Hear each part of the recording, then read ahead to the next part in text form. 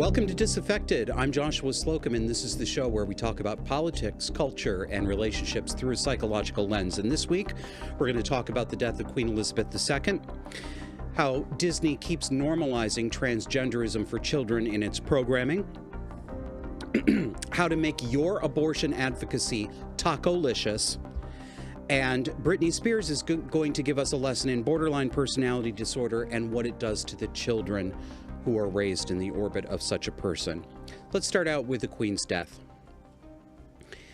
I don't have any particular political or emotional feelings about the British monarchy. I know that other people do. I'm not a British subject, so it doesn't mean the things to me that it means to my British friends, but this is a momentous death. This woman, regardless of what you think of her, regardless of what you think of the institution,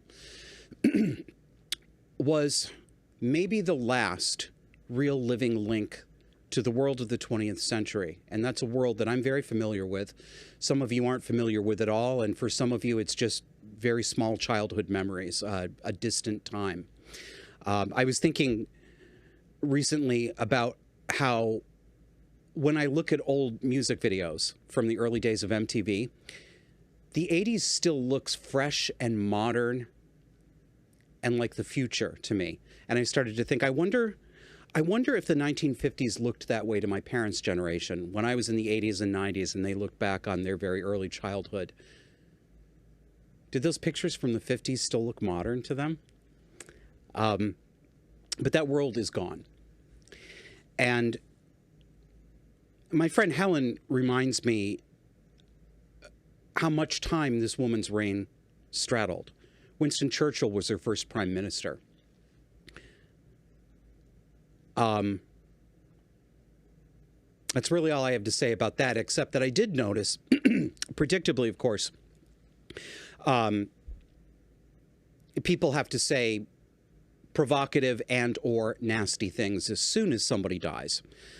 So also, if you're black and you're from a former colony, former part of the British Empire, you get to say whatever you want in as nasty a way as you could possibly want to and get absolutely no social disapproval that counts or that tempers you at all, especially if you're a professor of linguistics at Carnegie Mellon University. Take a look at this tweet. It's from Christopher Rufo. And he found a professor named Uju Anya, who is originally from Nigeria, but she's a professor of linguistics at Carnegie Mellon University. And here's what she had to say about the death of the Queen. Quote, "I heard the chief monarch of a thieving, raping, genocidal empire is finally dying. May her pain be excruciating."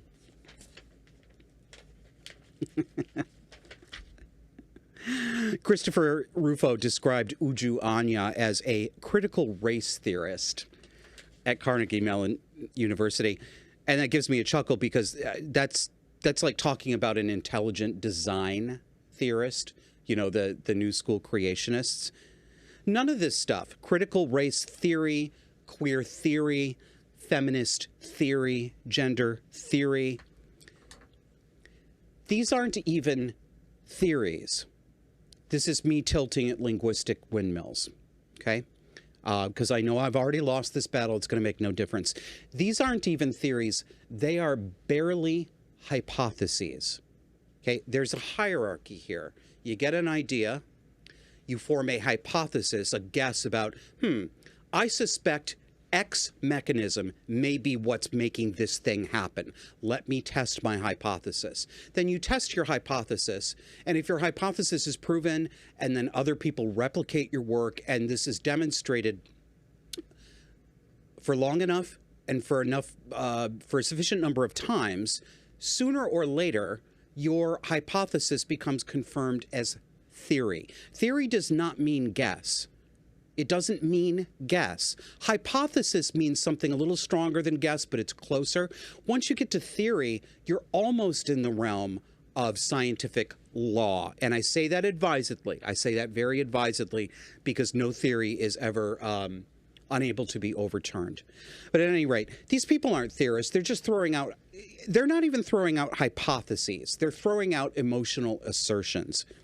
That's all it is. It's just a bunch of emotionally asserted claims. Next tweet here somebody reacted, of course, to Uju Anya, and this person named Laura said, "Ew, you stink." Pretty tame for Twitter. Uju Anya, remember, the linguistics professor, her response was, "You mean like your pussy." Now, come on. All that education, all that linguistic knowledge, and all she could come up with was your pussy.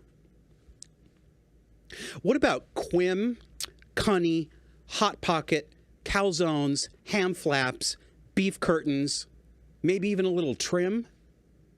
No, all we get is pussy. Uju Anya, do better.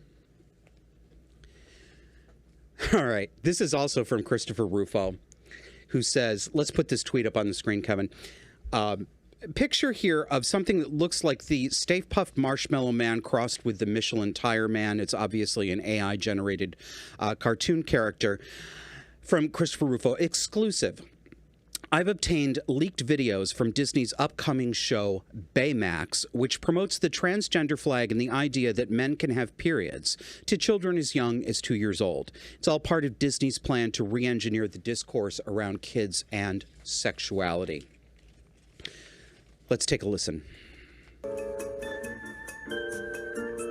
Excuse me, which of these products would you recommend? Well, these are the tampons I usually use. Thank you. I prefer pads. They're more comfortable for me. Thank you. I always get the ones with wings. Thank you. Get them scented and bleach-free if you can. Thank you. Yo, my daughter loves these. Thank you. These might be easier if it's her first period. These are really environmentally friendly. These are really environmentally friendly. You know they had to cut it there because, you know, in the next half second, if he didn't immediately choose those, she would have gone.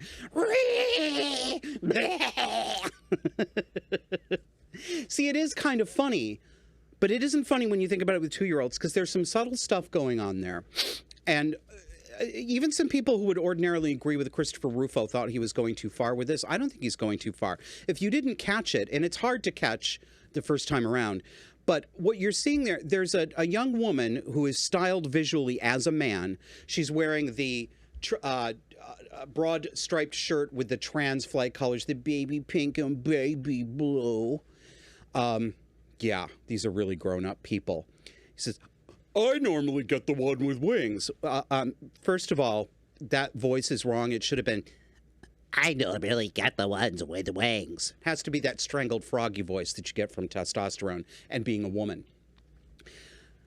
This is just normalizing the idea, yes, that men get periods because there is such a thing as men who menstruate. There is such a thing as men who have vaginas, uteruses, fallopian tubes, ovaries, clitorises. But not breast, though. Not breast, though. They're the whole breastal region up here, that doesn't exist for trans men. It's chest, chest, chest, chest, chest. They're not getting breast reduction. They're getting chest surgery. Reminds me of a woman I used to know decades ago. She was so grossed out by the juxtaposition of a piece of food in the female breast that she refused to say the word chicken breast. She called it chicken chest. Couple of reactions to Christopher Rufo, and these of course are typical. They're a dime a dozen on Twitter from the trans crowd. First one from Starman Mars. Yes, some trans men still have uteruses and they can have periods. I believe that anyone with basic understanding in biology would be able to figure out that it's the uterus that causes periods, not gender identity. Yeah, Starman, well, I would figure that anyone with basic knowledge in biology would understand that there are men and women, but clearly I'm off my nut. Next one is from Crowley Corvid. This one's great. This, get your notebook out, kids. This is borderline personality disorder style manipulation. Okay, this is just one tweet. I don't know anything about this person, but this is BPD style here. I'm so sorry that me being alive offends you. I'm so sorry that you'd rather I want to kill myself than be happy. I'm so sorry that me just simply being makes you uncomfortable.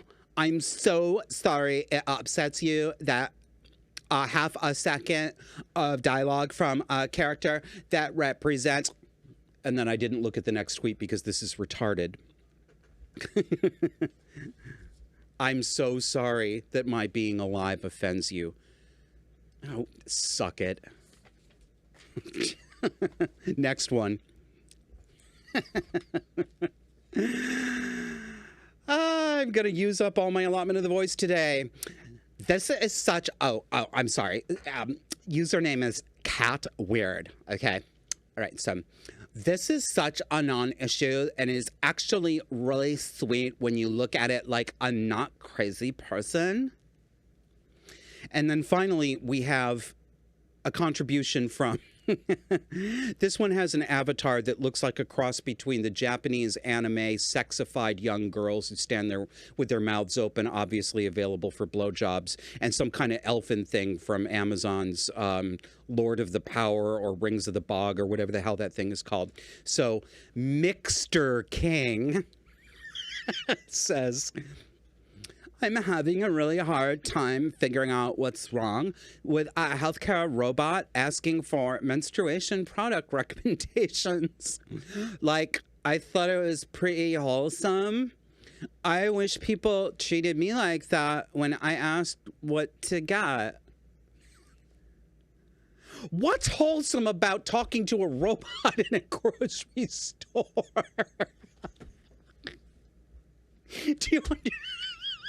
Do you know what robots are? This is a robot. Look at your screen.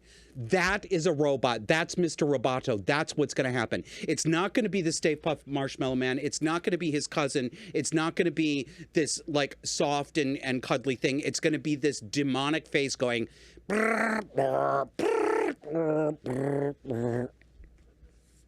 Kids today. All right. Now. To my eternal shame, but my ongoing amusement, I am still on the mailing list for the National Network of Abortion Funds. And I've thought about all the emails I still get from organizations like this, because the initial response when you see it in your inbox, right, is to be like, ugh, block, I hate you. But of course, would you really want to take your name off the list if you got this kind of quality stuff that I'm going to share with you? So this is the banner image that accompanied the email, and it's, cutesy Q font. You know, it's not actually even that hot today. It's like 79 degrees, but I think this building is releasing the last of its summer heat. Kevin said I looked fresh when I sat down in front of this today. But I'm not feeling so fresh here. Maybe I should ask that robot about a sanitary product. Okay. So here we are. Taco or Bev challenge. Hi, Joshua. I'm Kedra. She, her. I'm the Digital Engagement and Accessibility Manager at National Network of Abortion Funds. I also want to share what my favorite go-to beverage is. Like, how did we get on this topic? But before I do that, I wanted to tell you a little bit about why I love the Taco or Bev Challenge, in parens, TOBC, because you got to remember that for the hashtag. Okay, guys? All right. You know, Kedra, I would never have guessed your sex without those pronouns. Boy, howdy. Engagement and accessibility. She's the manager of engagement and accessibility. To continue with Kedra. I've been at National Network of Abortion Funds for 3 years plus 10 months. How long is that in trimesters? Does anyone know? Answer in the YouTube comments. But even before that, I worked at another repro organization. And yes, she put quote marks around repro. That's the first time I did the challenge with my coworkers. Taco or Bev Challenge is the annual event that's about raising awareness of why abortion funds are so important. It's also about raising money for abortion funds. Do you hear all the excess language here? You have to access things and engage with them, and you have to raise money not for abortion, but for abortion funds that fund abortion. So, how to play here on your screen. It's a 3-step process. 1, eat a taco or drink a beverage. Parens, or another local fave. Right, fam? Number 2, and this one is crucial. It says in parentheses, donate to an abortion fund. And number 3, share using hashtag TOBC22 and tag 3 friends. Are we talking about Play-Doh and swing sets or dilation and curettage here, Kedra? Do you see this? Do you guys see this? This cutesy little girl / kindergarten teacher affect that's taken over the delivery of every so-called woman's topic these days. Grown women talking like little girls about things that they claim are of paramount public policy importance. A little bit more from Kedra. Now that I'm at the National Network of Abortion Funds, what I do is reach out to supporters like you and offer ways to get involved in abortion access. I get to provide that entry point. Excuse me. And how I do that is by making sure you have informative and accessible ways to support abortion access. How many times is she going to say access in this email? And finally, the last one. So, what's my favorite bev? Well, I'm big into non-alcoholic cocktails. Mocktails. I love one called the Pathfinder, a hemp and licorice-based spirit. I have that with tonic water, orange bitters, and a squeeze of lime. Delicious. Non-alcoholic cocktails don't have spirits in them, you illiterate muppet. Okay, I'm gonna take a break to fan myself, and I'll see you guys on the other side here. But before I go, subscribe to us on audio too. If you don't want to sit and watch me pull faces, I'm great for when you're mopping the floor, driving the car, taking the kids to work, or Crawfording your house. And yes, Crawford is a verb. To Crawford is to engage in cleaning to an excessive degree with a maniacal affect. So if that describes any of you, check us out on iHeartRadio, Google Podcasts, iTunes, Spotify, anywhere, Pandora, anywhere that you get your podcasts. Check us out there because it helps our numbers. If you subscribe, you can also leave a review. Thanks. See you on the other side. For more conversation on the dark and disordered psychology that shapes today's cultural and political left, subscribe to our weekly audio podcast on iTunes, Spotify, iHeartRadio, Pandora, Google Podcasts, and virtually anywhere else you get your podcasts. Let's learn to recognize these dynamics and call them what they are. Subscribe to Disaffected to learn how to break the spell. We now have a bonus for our supporters. You can help the Disaffected podcast grow and receive invitations for our off-air Zoom hangouts by becoming a supporting member on Patreon or Subscribestar. Patreon users, go to patreon.com/disaffected. Subscribestar users, you can find us at subscribestar.com/disaffected. Check out our webpage at disaffected.fm for the complete list of ways you can help support us, and thank you. Welcome back. During the break, I usually powder myself because you know about that whole powder thing. So I'm looking at myself in this compact and I'm doing all this stuff, and I just get a quick glance at my eyes, and for a second I look like Justin Trudeau, and I gave myself the creeping willies. Boo! All right, I'll try to muscle through it. On this show, I've talked a lot about the fact that women lead woke culture. Women enforce trans ideology. Women insist on critical race theory. Women insist on diversity, equity, and inclusion.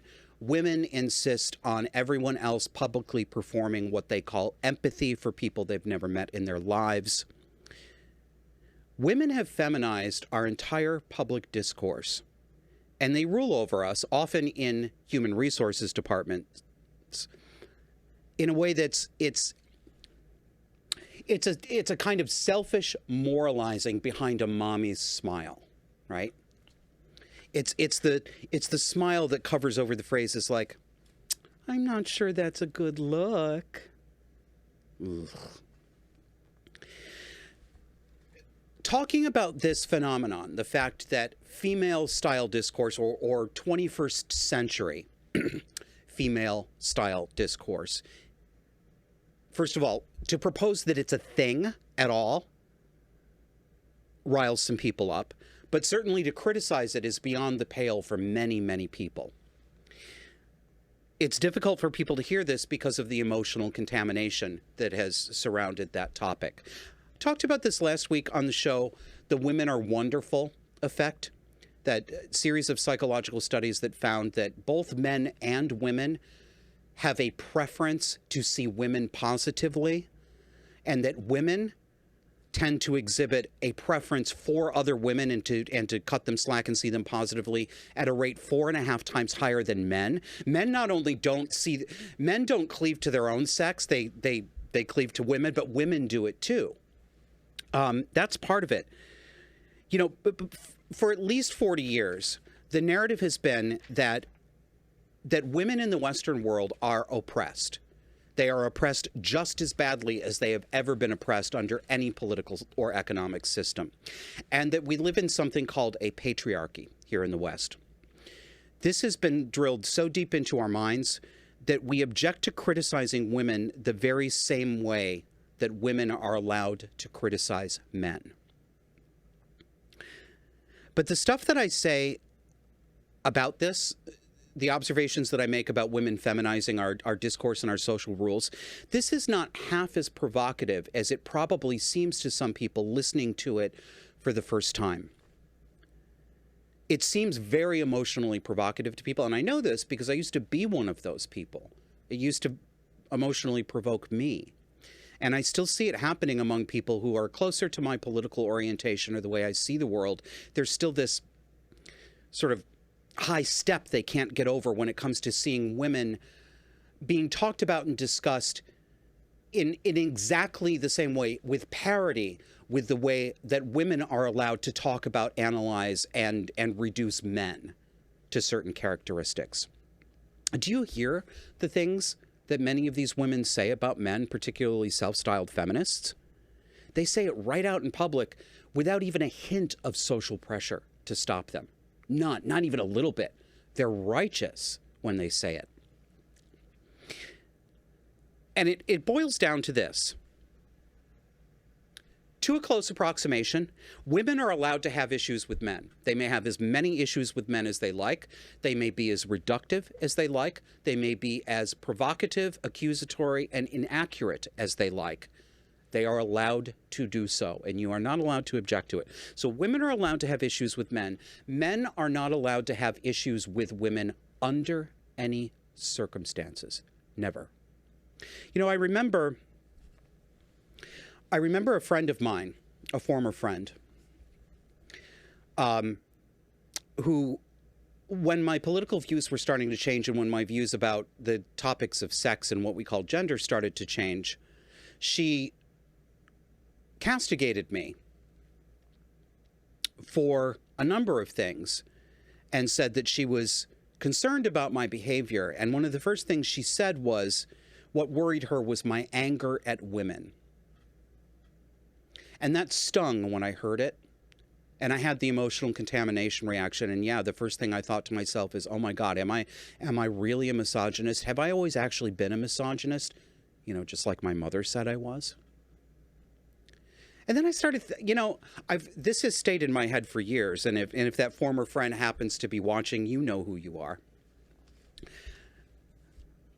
That's astonishing. I'm concerned about your anger at women. As if anger at women were a moral sin.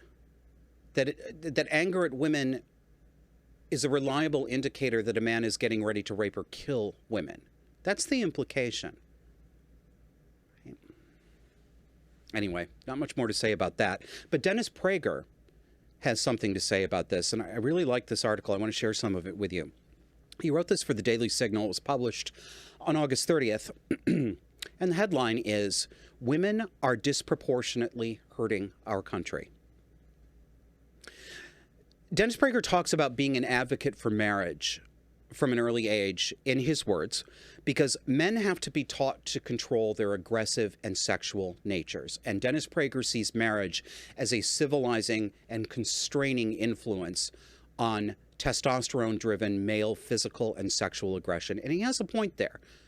Whether you agree that marriage is a good thing or a bad thing, or it's the only or best way, is not the point. To me, the point is, Dennis Prager is correct. One of the things that we need to teach young men is how to control that, how to control their nature. This is a topic that is woven through this show, whether I talk about it explicitly or not. Humans have a nature. This is what the left objects to. The left is made up of tabula rasa people.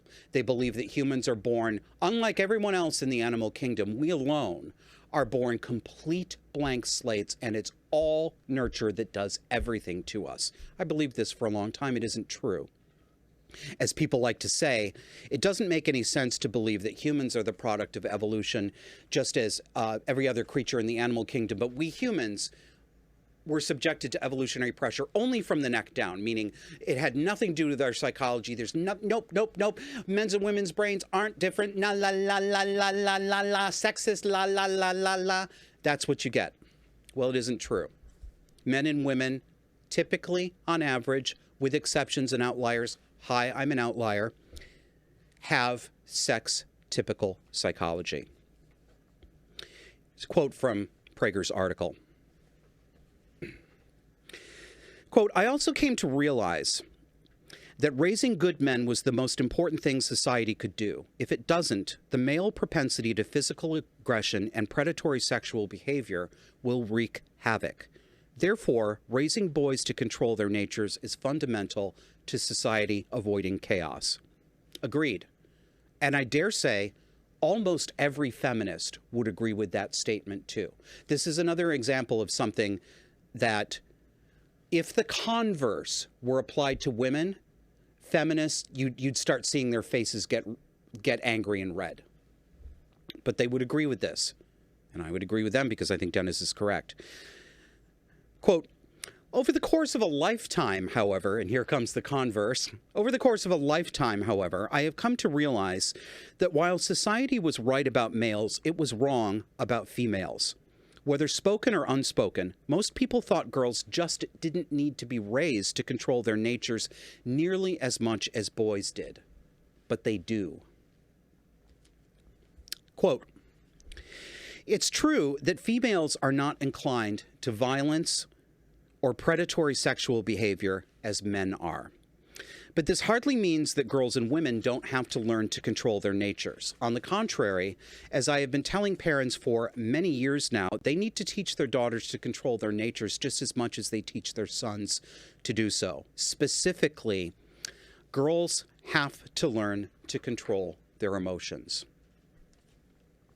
My friend Helen Dale, who's been on the show before, has a really neat formulation for this. She says that men need to control their sexual incontinence, but women need to control their emotional incontinence. She's generally right about that. There are typical ways, average ways, that the sexes go wrong when they go wrong, and when they abandon themselves to excess. Men who abandon themselves to excess sleep around, knock up a bunch of women, take no responsibility for it, get into fistfights, may even rape and exploit women.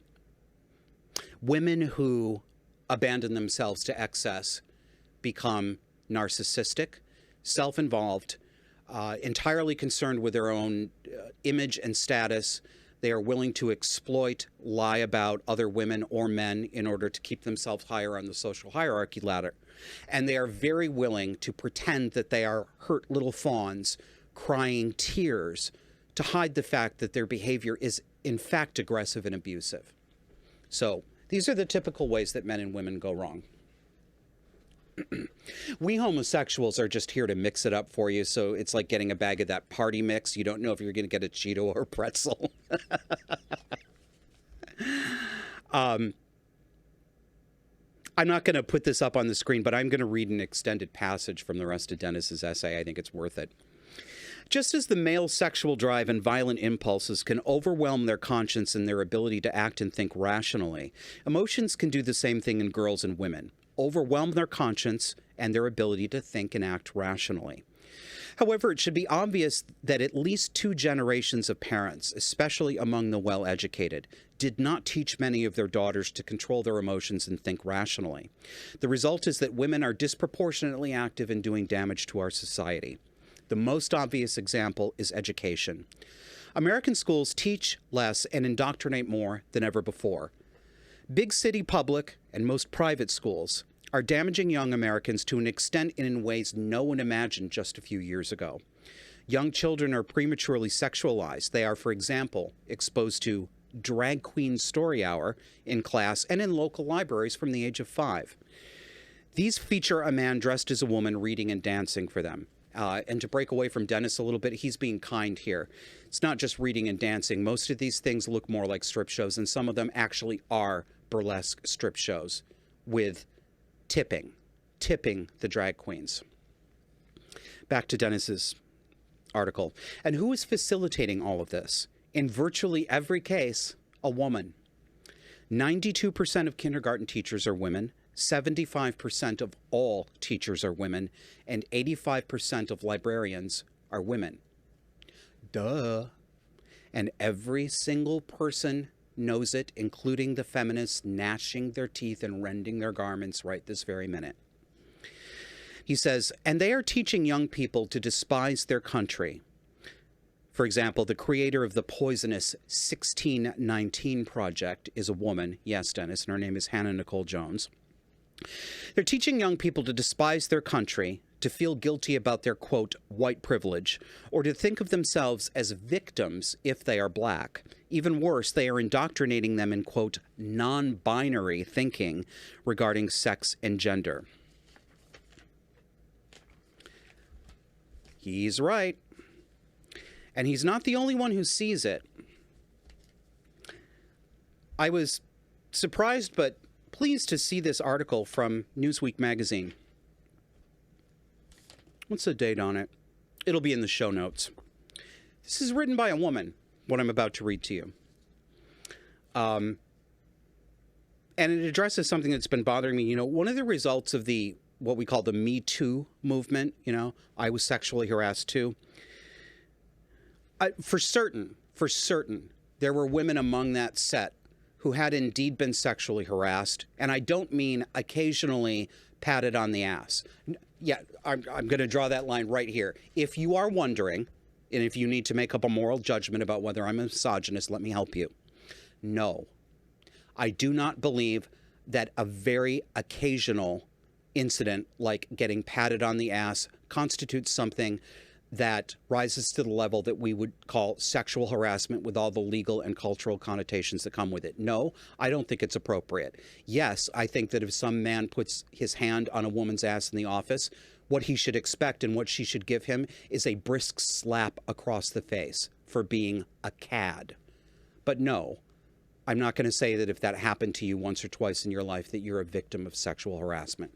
But there are women among the Me Too people who I am absolutely certain were sexually harassed and never had any mechanism to address it.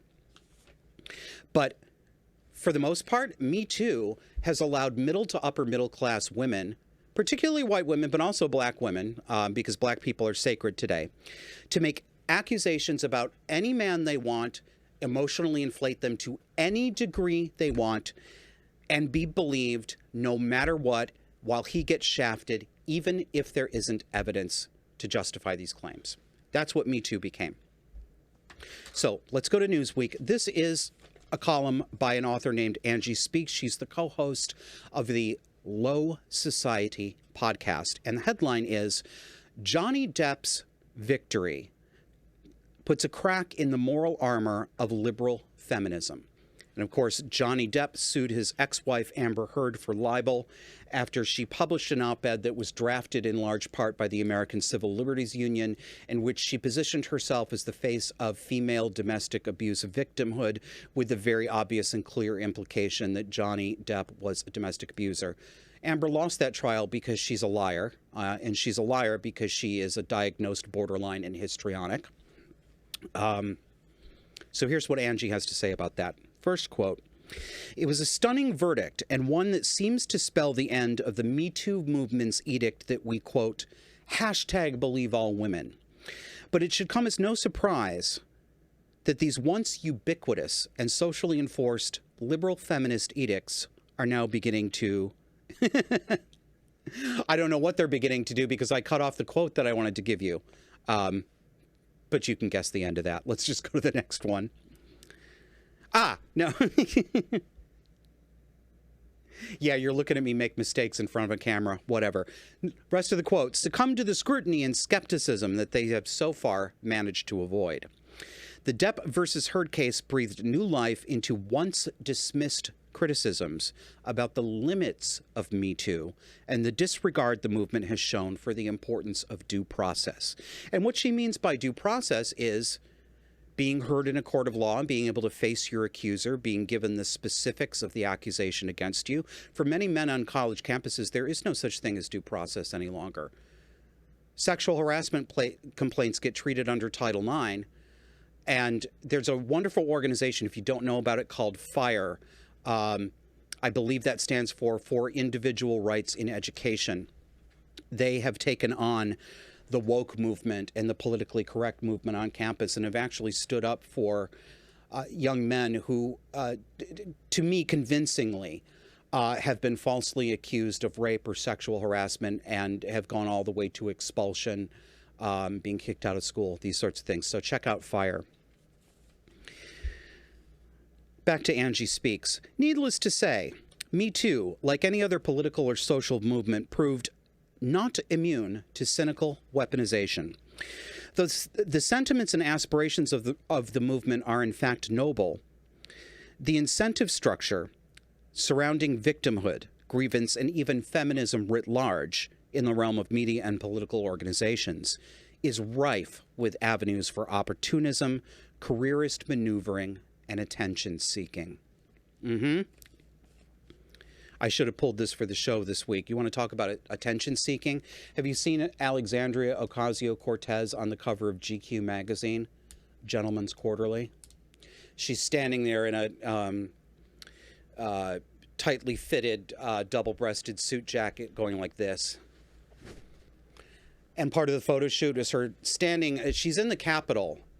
She looks like she's on the National Mall near the Washington Monument. I'm not exactly sure where she is, but they've posed her like a Grecian goddess. She's in a floor-length, formal, looks like a ball gown.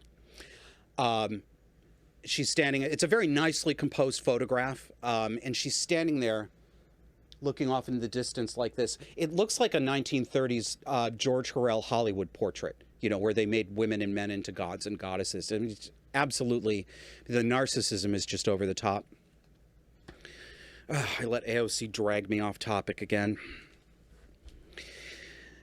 Quote, "Indeed, the liberal feminist mode has come to rely heavily on media spectacle, celebrity, and a careerist incentive structure in which success is built on scalps taken without due process.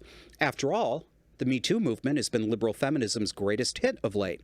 What does it say of feminism more broadly that its most high-profile success devolved into celebrity smut and the cynical weaponization of grievance?" And she talks about the similar dynamics within Black Lives Matter, BLM, similar dynamics with the Jussie Smollett hoax, where he claimed that he was gay bashed when in fact he wasn't. The exploitative are immediately seen as victims in our society. You don't have to prove anything. You say you're a victim and you get that. We're going to sort them out later, except they often never get sorted out. Smollett got sorted out, thank goodness. When I was reading this on the Newsweek site, the very first comment caught my attention. I didn't even read the rest of the I mean, obviously nobody reads all the comments, but I just plucked it right away. It was from a woman named Lucy. And she says this: years ago, when the photos and accusations first came out, I, as a woman who leans left since political persuasion has apparently impacted the overall discussion of this trial, I simply accepted that Depp must have been at fault. Fast forward to rational thinking, evidence, due process, etc., and there's no doubt in my mind that Heard is severely mentally ill, violent, and the clear abuser and perpetrator despite Depp's addictive behavior. In fact, I believe that his issues were exacerbated by his life with Heard. I've paid close attention and done my research, and beyond this trial, looking for any tiny indication that she was not at fault. And while I'm not proud that I got caught up in this madness, I'm hanging my head in shame, I can say that I found nothing that could convince me. This has been a travesty for him and his family. Amber Heard is broken, dangerous, and a blatant affront to women who are, or who have been, legitimate victims of abuse. She has set us back and made me rethink support for any party, group, or organization that is blind and dogmatic in their approach, especially given how polarized this nation has become.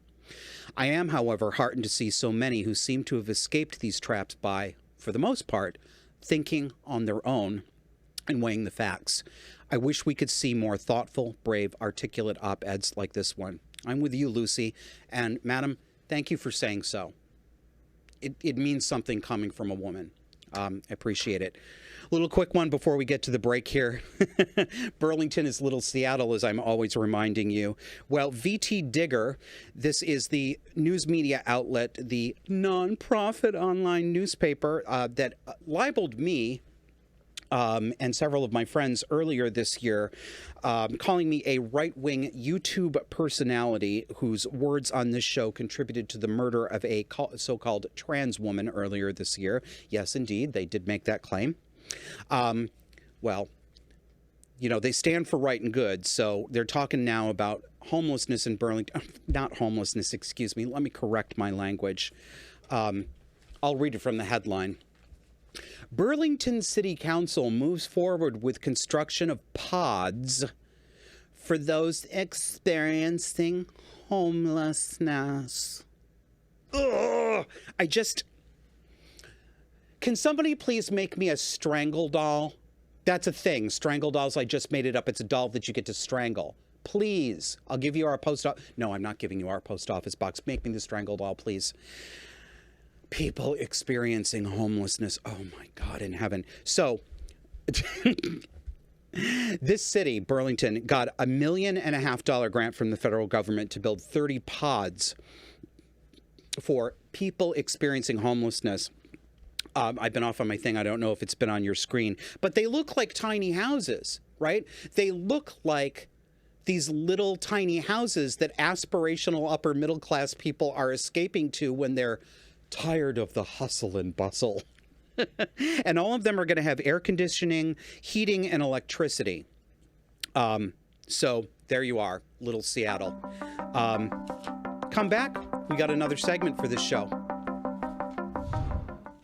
For more conversation on the dark and disordered psychology that shapes today's cultural and political left, subscribe to our weekly audio podcast on iTunes, Spotify, iHeartRadio, Pandora, Google Podcasts, and virtually anywhere else you get your podcasts.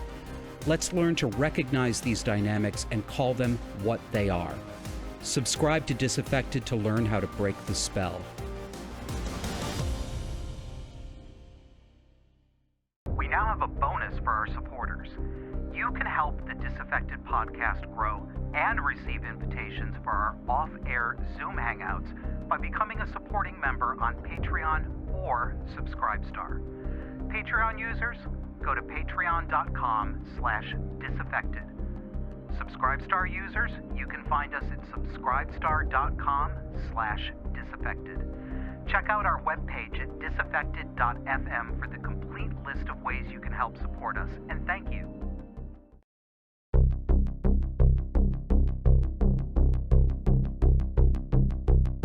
Welcome back.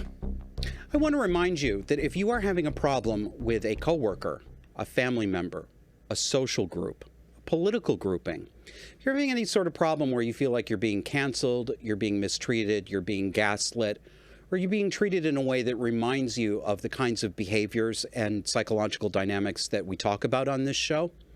You and I can talk. Visit my website, joshuaslocum.net. I'm offering 1-hour coaching and advice sessions for people on all matters cluster B. And it's not just limited to cluster B. You don't have to know that your mother or your boyfriend or whoever it is, you don't have to know for certain that he or she has a personality disorder. And frankly, it's less important than identifying the kinds of behaviors and dynamics that you are wrapped up in. The diagnosis can be made by somebody else. You may come to that on your own or you may not. But I can't offer you therapy. I don't want to offer you therapy. We might talk about how to find a therapist that would be helpful to you over the long term. But I can offer you straight talk from a knowledgeable and experienced and well-read, frankly, layman. I've been there. I've known these people. I was raised by these people. I've fallen in love with these people. I've gone to bed with these people, and I've worked with these people. If you want to talk to somebody who knows and understands and will give you feedback without bullshit, joshuaslocum.net. Now, I want to finish up by talking about Britney Spears. And this is interesting. As I was trying to figure out the best way to talk about this, it reminded me that it's easier. I don't know Britney Spears. Britney Spears is not my mother.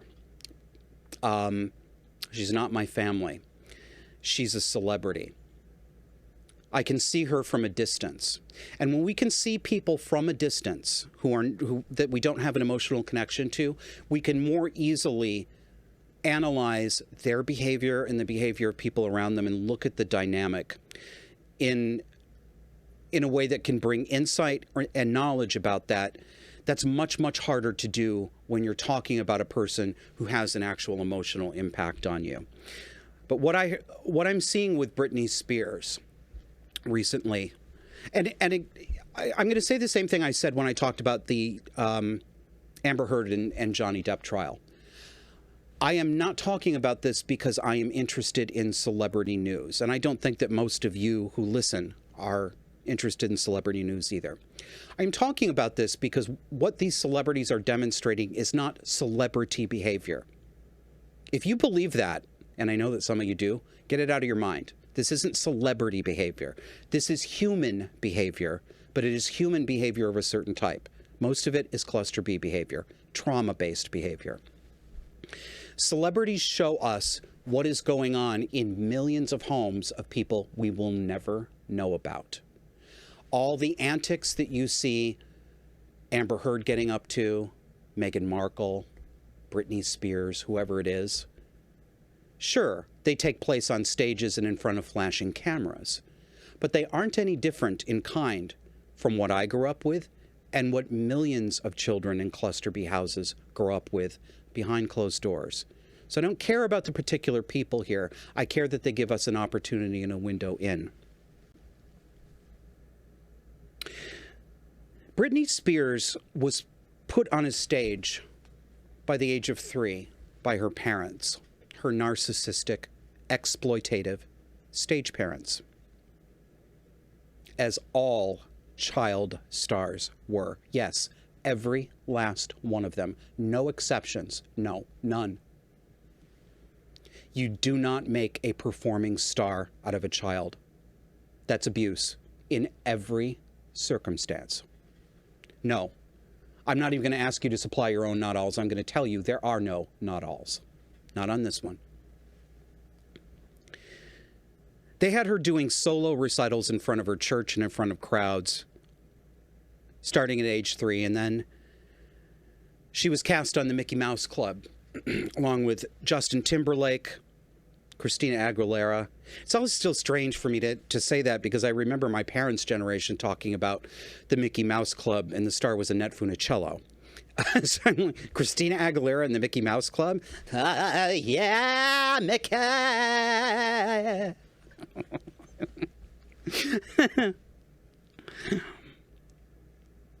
But of course, then when Britney Spears turned 16, Hollywood did the thing that it loves to do to girls like her. It defiled her. It turned an actually virginal and innocent young girl who had talent. If you haven't heard Britney Spears sing when she's not using that really affected voice, she actually can sing. She has talent. They like to defile these girls. They like to take the virgins and turn them into whores. And that's exactly what they did with her first album and her songs, Hit Me Baby One More Time, dancing around provocatively in a Catholic schoolgirl outfit.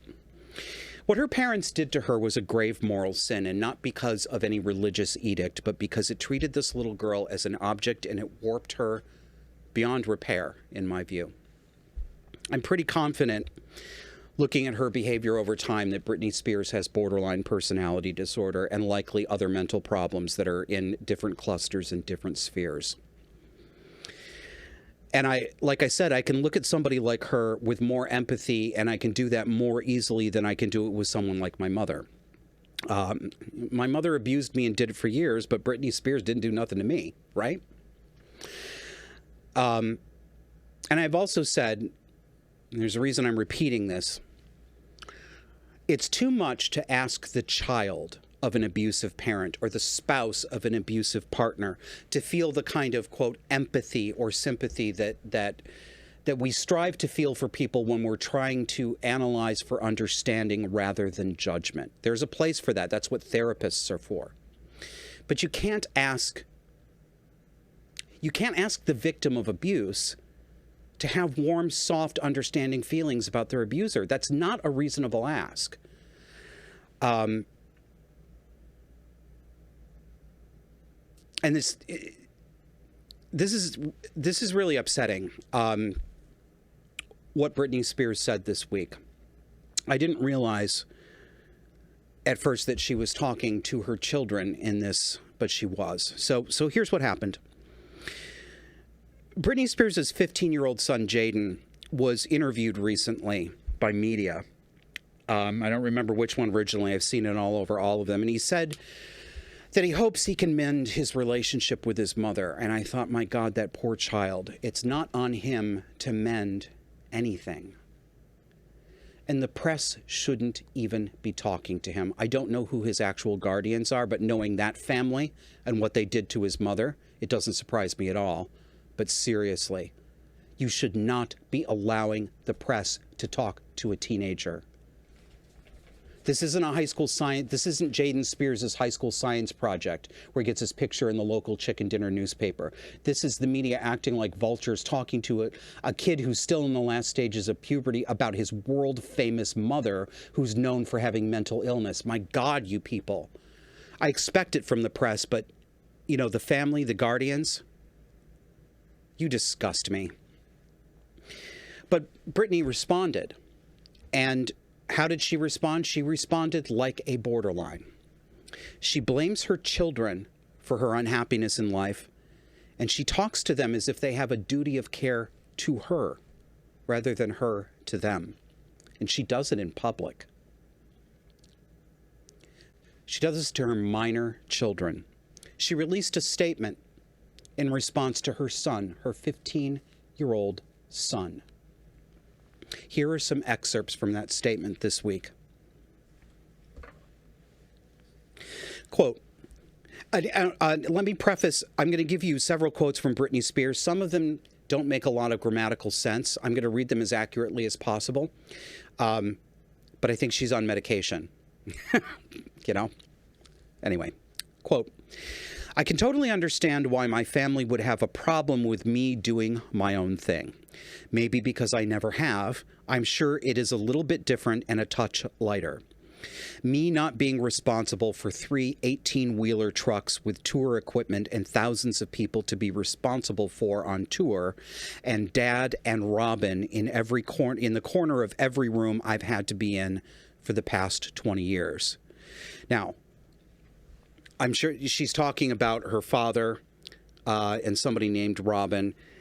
And Britney Spears may, in fact, have legitimate grievances about the legal conservatorship that she is in that gives her family, I don't know the details of it. I think her dad has a lot to do with her money, unfortunately. She probably has legitimate issues with this. So I don't want to take that away from her. She has legitimate grievances against her parents, but she has no legitimate grievances against her minor children. She hasn't even been a mother to them. Whether you think that's her fault or not, it's a fact. Quote, and here she addresses her son directly. So, Jaden, as you undermined my behavior, just like my whole family always has, with hope she gets better, I will pray for her. Pray for what? I keep working so I can pay off mom's legal fees and her house. Do you guys want me to get better so I can continue to give your dad 40 grand a month? Or is the reasoning behind you guys deciding to be hateful is because it's actually over 2 years you don't get any? Like I said, I don't quite understand that, but you can get the gist of what she's trying to express here. To her 15-year-old child.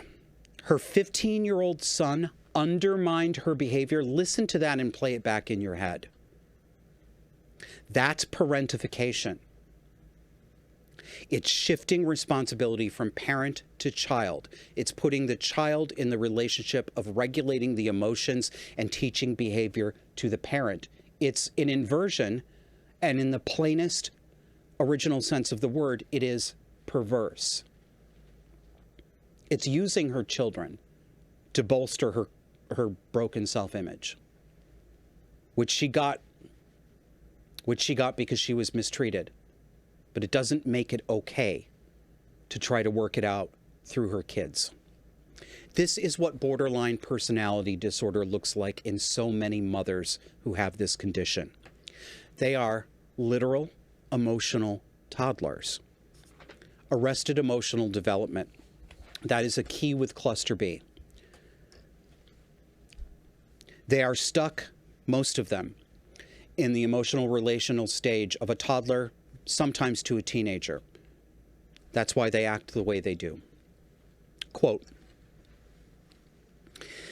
I will say it. I sat in my kitchen and looked you straight in the eyes, beautiful boy, and said, how come I can't see you guys anymore? I just see you guys more. I look forward to seeing you guys weekly. Remember, she's talking to her 15-year-old son in a public statement she released to the press. Quote, you said, oh, mama, it'll change. You and your brother left me in that house always 2 hours early. Preston would sleep with you and play the piano the whole time. And if I didn't shower you with gifts and have amazing food ready and play a motherfucking saint, it was still never good enough.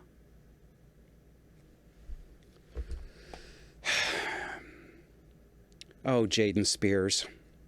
I hope you have somebody in your life, hopefully somebody not famous, somebody who never talks to the press, who can tell you that this isn't normal. It isn't your fault. You didn't do anything to your mother. Your mother, in fact, failed you. That's not too harsh for a 15-year-old to hear. If somebody had said that to me, and if I had been able to believe it at 15 years old, I might have saved myself some of the further pain that came in my late adolescence and in much of my adult life, at which point I was the one creating this pain. I was creating it for a reason, but I didn't know any better. I hope Jaden has somebody.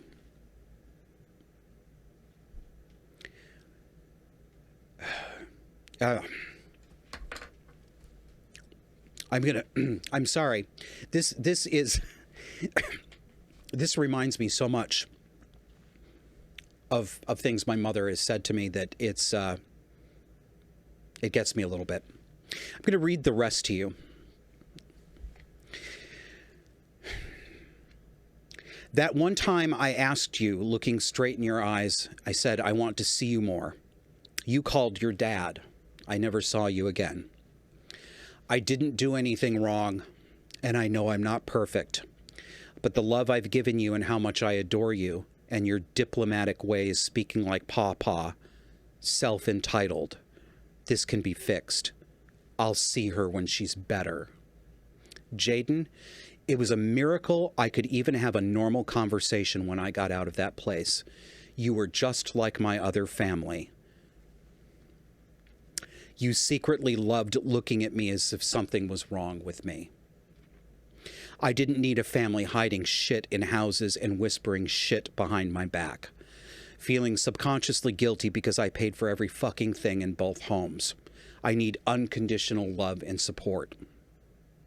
I need unconditional love and support. Bitch, so does your kid. Okay? You selfish bitch. Your parents did you wrong, and you're doing Jaden wrong. You are no better than your parents with what you're doing. You can choose to do this differently. You can stop doing this, Britney. You really can. It's not easy. It's going to hurt, but you do have the ability to do that. You don't have to become your parents. This is borderline personality disorder, everyone. It's reversal of responsibility. It's fears of abandonment. It's claims of abandonment, even when they're not true. It's blaming children for your own refusal to parent those children. Demanding that they parent you instead. Demanding that they fix things for you. And you know, I've talked before on the show about how the term borderline personality disorder arose because it was thought to be on the border. A person is on the border between neurosis and psychosis, and neurosis is considered within the normal range. I mean, it can be dysfunctional, but when you leave neurosis and you get into psychosis, you've jumped a level on the mental health tree. And this is an example of it. It's very like my mother as well. This is why this caught my eye. The paranoid ideation, this belief that Britney Spears has that everyone is talking about her behind her back, that her kids are doing it.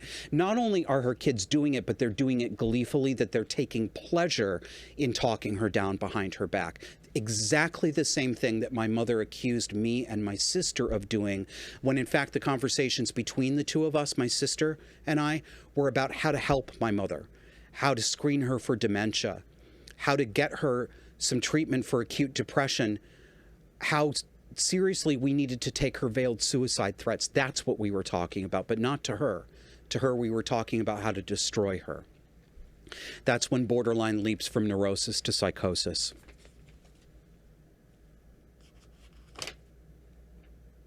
You secretly loved looking at me as if something was wrong with me. It's almost verbatim out of my mother's mouth. And many of you will recognize that too. I'm going to get at least 2 emails this week from people who say, did we have the same mother? Did I have the same mother as Jaden Spears? Folks, they're stereotyped. These people, they're characters. It's literally like from old central casting in Hollywood. They are a type. That's why they sound so familiar. In the end, you know, Britney Spears will be lucky if her children end up speaking to her, because God knows what damage she's done to them, and God knows what damage that family has done to them and will continue to do to them, and God knows what they're going to turn into.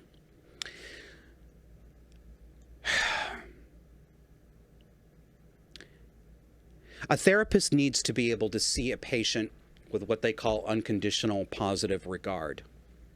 I don't particularly like that phrase, but I understand it. I might substitute something like good faith. But it's part of what we call empathy. A therapist needs to be able to empathize with their patient, to understand. And that means, it does not mean to sympathize, to coo and to coddle. It means to be able to effectively put yourself in their mental place and ask yourself, would I have done the same things were I in the same situation, subject to the same forces? That's what empathy is. But children have no such responsibility to their parents. And when children are in play as they are here, none of that matters. Parents like this, like Britney Spears, and like her parents, they need to be stopped. They need to be prevented from doing this to children. It is abuse. Even if they never lay a hand on them, it is abuse. It is not the beatings. It's not the slaps. It's not the ear twisting that made me into the person I am today. It was the psychological torment. It's my mother's words that I remember today. We have to draw a line when it comes to extending our sympathy and our compassion. Or maybe a better way to say it is that we have to triage our compassion because we have a duty to the children and to the abused first. And for me, that's how I'm going to triage it. The children come first. Thanks for watching. We'll see you again next week. For more conversation on the dark and disordered psychology that shapes today's cultural and political left, subscribe to our weekly audio podcast on iTunes, Spotify, iHeartRadio, Pandora, Google Podcasts, and virtually anywhere else you get your podcasts. Let's learn to recognize these dynamics and call them what they are. Subscribe to Disaffected to learn how to break the spell.